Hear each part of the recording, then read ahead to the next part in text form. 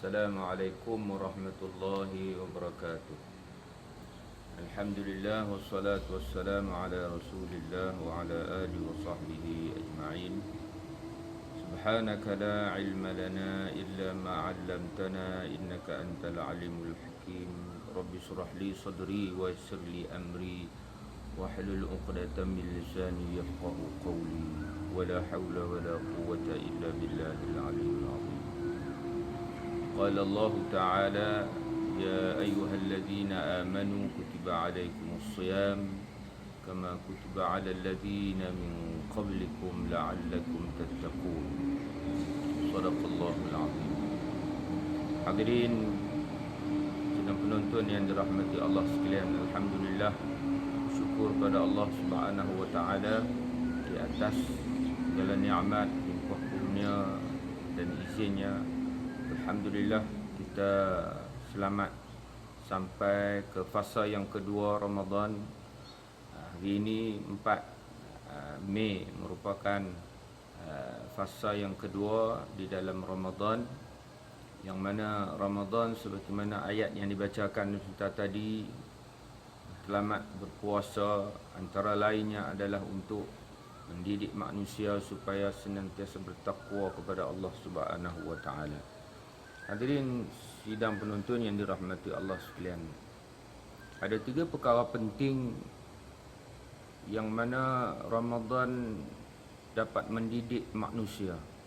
Ada 3 perkara penting yang kita perlu tahu, bahawasanya bulan Ramadan ini adalah satu bulan untuk mendidik jiwa manusia agar menjadi manusia yang pertama sekali yang Allah SWT sebut dalam Quran, iaitu bertakwa kepada Allah.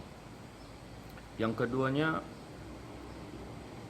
Ramadan mendidik kita supaya mempunyai sifat sabar di dalam diri.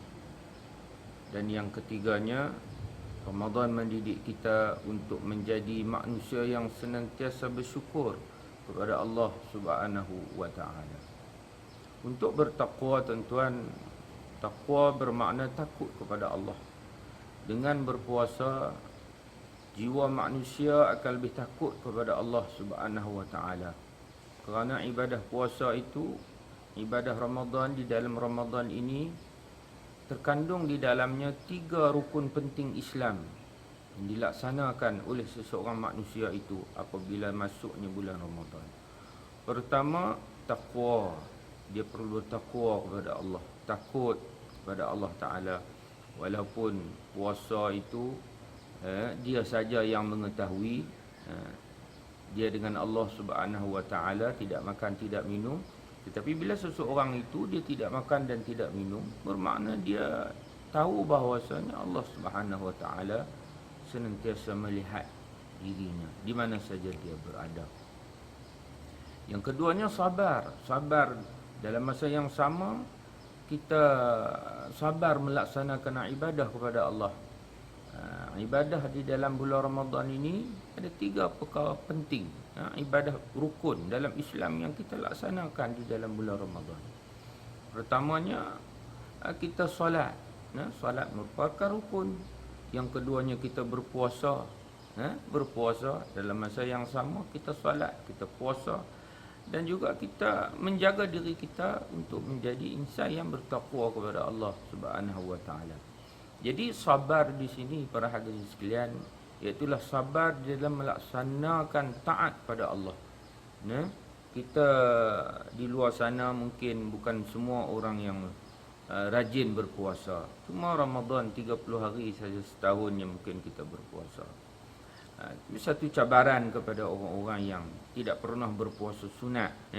Bila masuk bulan Ramadan ini, 12 jam kita terpaksa menahan diri daripada makan dan minum. Mungkin ini sebagai satu cabaran bagi diri kita.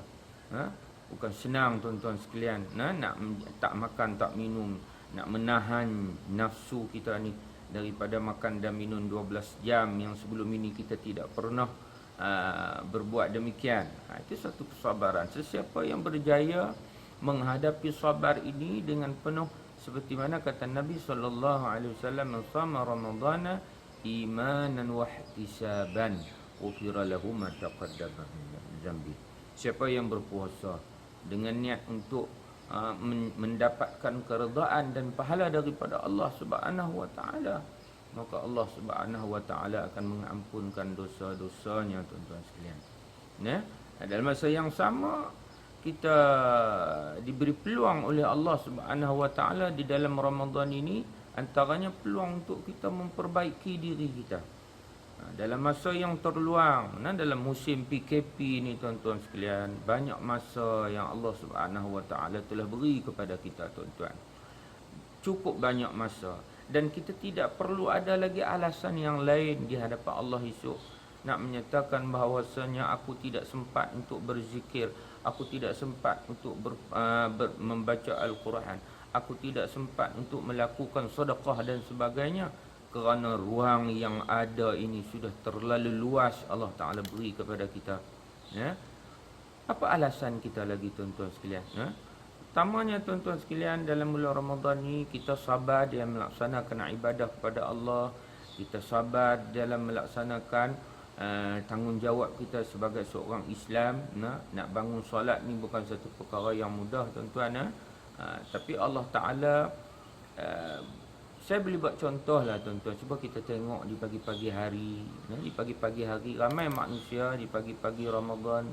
Semuanya boleh dikatakan setiap rumah bangun awal untuk bersahur. Gunakanlah kesempatan awal itu untuk kita beribadah kepada Allah Subhanahu wa taala.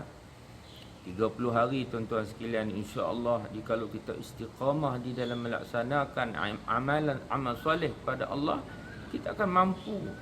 Kita akan mampu selepas keluar daripada Ramadan ini, kita akan mampu untuk menjadi manusia yang betul-betul istiqamah di dalam amalan. Ya.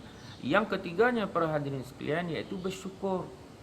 Kata para ulama, tuan-tuan, ramai orang boleh bersabar, tetapi tidak ramai orang boleh bersyukur kepada Allah Taala. Manallah Subhanahu wa taala, wa qalilun min ibadiy syakur.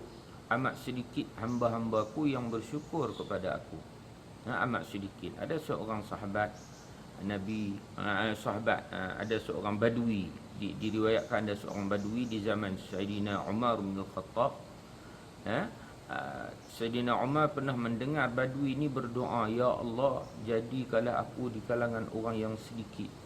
Maka Sayyidina Umar bertanya kepada badui tadi, "Wahai badui, kenapa engkau memohon untuk menjadi orang yang sedikit? Sedangkan Islam menyuruh kita meminta kepada perkara-perkara yang banyak, yang menyeronokkan diri, besar dan sebagainya." Maka kata badui tadi, "Tidakkah Amirul Mukminin membaca dalam Al-Quran Allah dah sebut wa qalilun min ibadiyasy syakur, dan amat sedikit hamba-hambaku yang bersyukur kepadaku." Hadirin yang dirahmati Allah sekalian, mudah-mudahan kita berada di dalam golongan Khalil ini, tuan-tuan sekalian. Golongan yang senantiasa bersyukur. Bersyukur pada syukur sekala nikmat Allah SWT telah beri kepada kita. Nikmat daripada dahulu, sekarang dan akan datang. Dan nikmat-nikmat itu perlu disyukuri. Dan cara kita bersyukur dengan nikmat tersebut, iaitulah dengan kita taat kepada Allah Subhanahu wa taala, patuh segala titah perintah Allah dan jauhi segala larangan Allah Subhanahu wa taala. Satu lagi, tuan-tuan sekalian, di dalam Ramadan ini kita kena banyakkan bersedekah. Kerana Nabi sallallahu alaihi wasallam riwayat dari Sayyidatina Aisyah radhiyallahu anha, Nabi sallallahu alaihi wasallam adalah seorang yang pemurah, tetapi Nabi lebih pemurah apabila di dalam bulan Ramadan. Ya. Maka kita kena memperbanyakkan sedekah di dalam Ramadan. Dan sedekah yang paling utama iaitulah sedekah subuh. Di waktu subuh kita nak ke masjid, nak ke surau dan sebagainya ini, hendaklah kita bersedekah. Dan sedekah waktu subuh itu adalah sedekah yang dilihat oleh para malaikat. Sedekah yang paling berkualiti daripada sedekah pada waktu-waktu yang lain. InsyaAllah perbanyakkan sedekah, kerana sedekah boleh menyelesaikan segala masalah-masalah kita, insyaAllah. Jadi hadirin yang dirahmati Allah sekalian, mudah-mudahan Ramadan kita pada tahun ini, berdoa kepada Allah Subhanahu wa taala, semoga ianya menjadi Ramadan yang terbaik untuk diri kita. untuk diri kita, keluarga kita, masyarakat kita dan negara kita. Dan satu lagi peringatan yang saya ingin mengingatkan diri saya dan para hadirin semua, dalam situasi Ramadan kita pada tahun ini, Allah uji kita dengan satu wabak yang cukup berbahaya bagi diri setiap daripada manusia ini. Maka perlulah saya mengingatkan diri saya dan para hadirin semua, stay at home, jaga diri masing-masing. Keluar biarlah mempunyai SOP-nya yang telah ditetapkan oleh pihak kerajaan, supaya wabak ini dapat dihentikan, dan banyakkan doa kepada Allah SWT supaya Allah Ta'ala menyelamatkan diri kita, keluarga kita, masyarakat kita dan negara kita daripada COVID-19, insya-Allah. Mudah-mudahan sekadar itu yang saya dapat berkongsi pada tuan-tuan bagi kali ini, insya-Allah. Ila liqa. Wassalamualaikum warahmatullahi wabarakatuh.